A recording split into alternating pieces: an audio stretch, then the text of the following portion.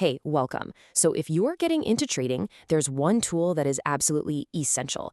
It's basically your window into the market's soul. And yeah, we're talking about charts. But what in the world are they, and how do you even begin to read one? Well, that's exactly what we're going to break down right now. Okay, so instead of some boring, dry lecture, let's turn this into a mission. The source material gives us this little mini quiz, and our job is to find the answers together. You ready? Let's do this. All right, first up on our list, what is a chart actually for? I mean, why do traders spend hours and hours just staring at these things? Let's find out. Next question. It turns out charts come in a few different styles, different flavors. Our mission is to be able to name at least one of them. And finally, the big one. Of all the different types of charts out there, which one is the most popular? Which one do most traders use? Okay, our mission is clear. Let's go hunt down some answers. So, to tackle that first question, we've got to start with the absolute basics. Before we can figure out what a chart is used for, we need to get clear on what a chart is, right? And here it is, the official textbook definition. A chart is a visual representation of price movement. Simple enough.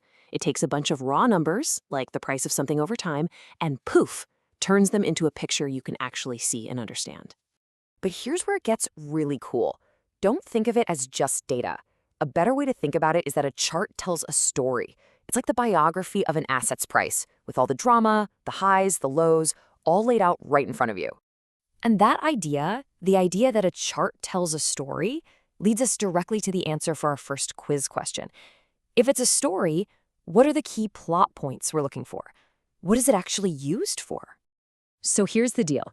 Traders use charts to spot three main things: trends, reversals, and patterns.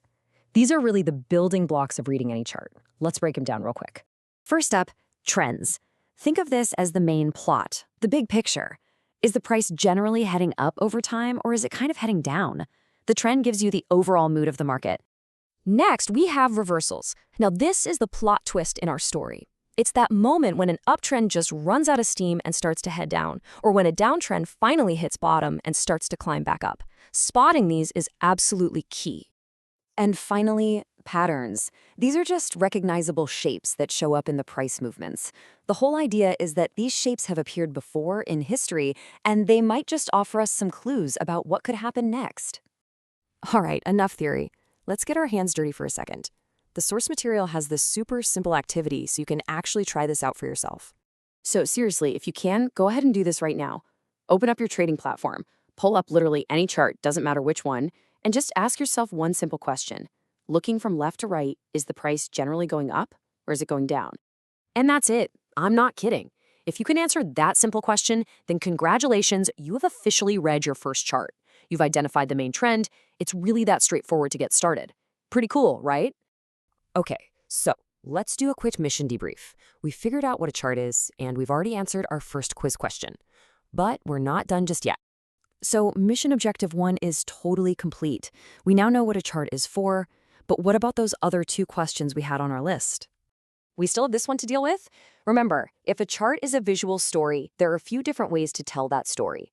The three main types you're going to see are line charts, bar charts, and candlestick charts. Each one shows the same information, just in a slightly different style. And that, of course, brings us to our final mission objective. Which one of these styles is the most popular?